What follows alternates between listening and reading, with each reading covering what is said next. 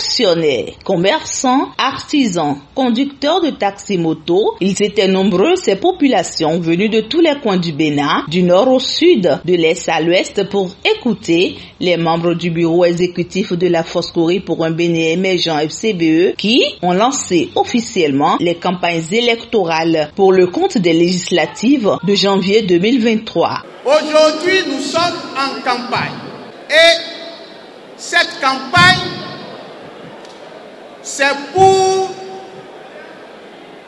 avoir plus de 50% des sièges à l'Assemblée nationale de la République du Bénin.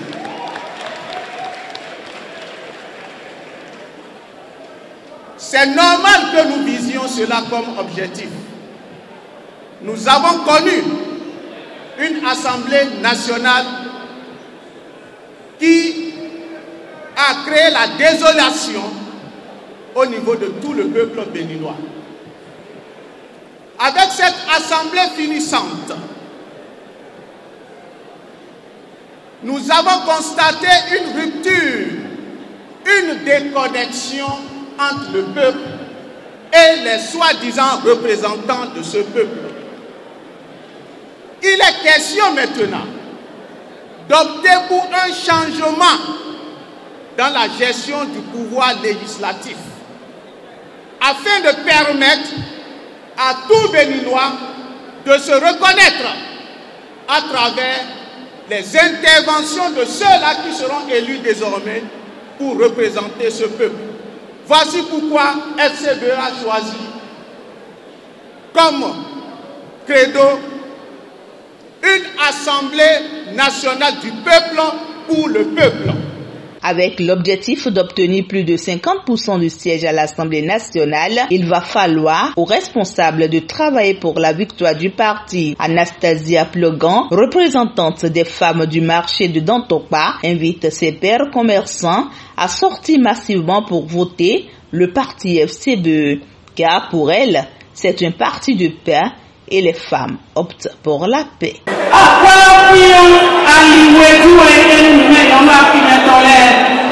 Nous comptons et il faut que les nous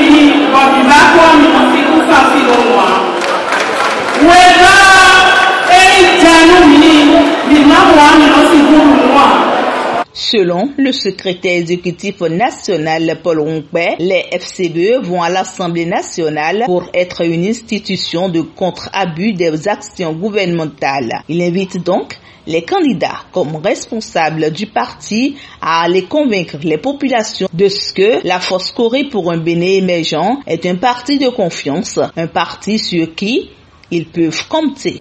Chers amis, chers camarades candidats, vous que je félicite au passage, vous aurez la lourde charge d'aller expliquer le contenu, d'échanger et de convaincre, non pas de vaincre, parce que les autres voudront vaincre par l'argent, mais nous irons convaincre que notre participation à la législature prochaine fera réorienter les choses. Nous n'allons pas dire que nous allons, disons, arrêter le cap.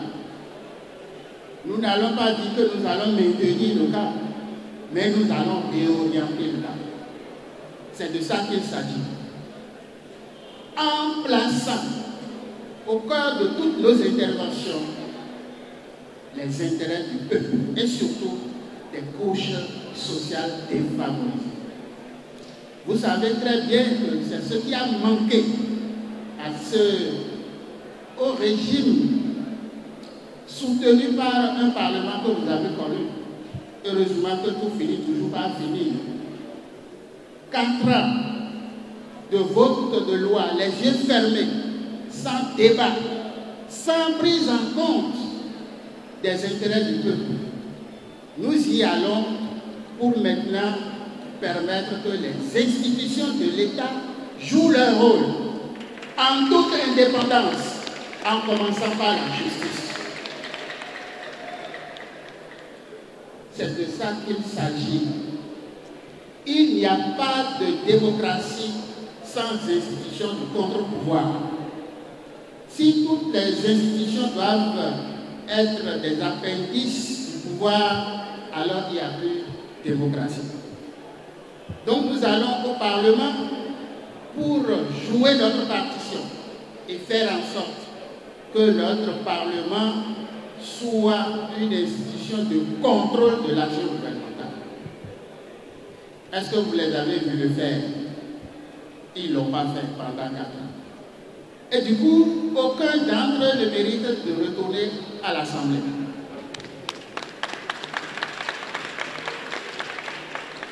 Pour réorienter le cadre, nous avons besoin d'envoyer des gens vraiment expérimentés, suffisamment outillés pour mener le débat parlementaire. Nous n'avons pas positionné au hasard. Nous avons véritablement étudié chacun. Il ne s'agira pas d'aller à l'Assemblée, d'espérer les dessous de table et de ne pas voter comme le peuple l'aurait souhaité.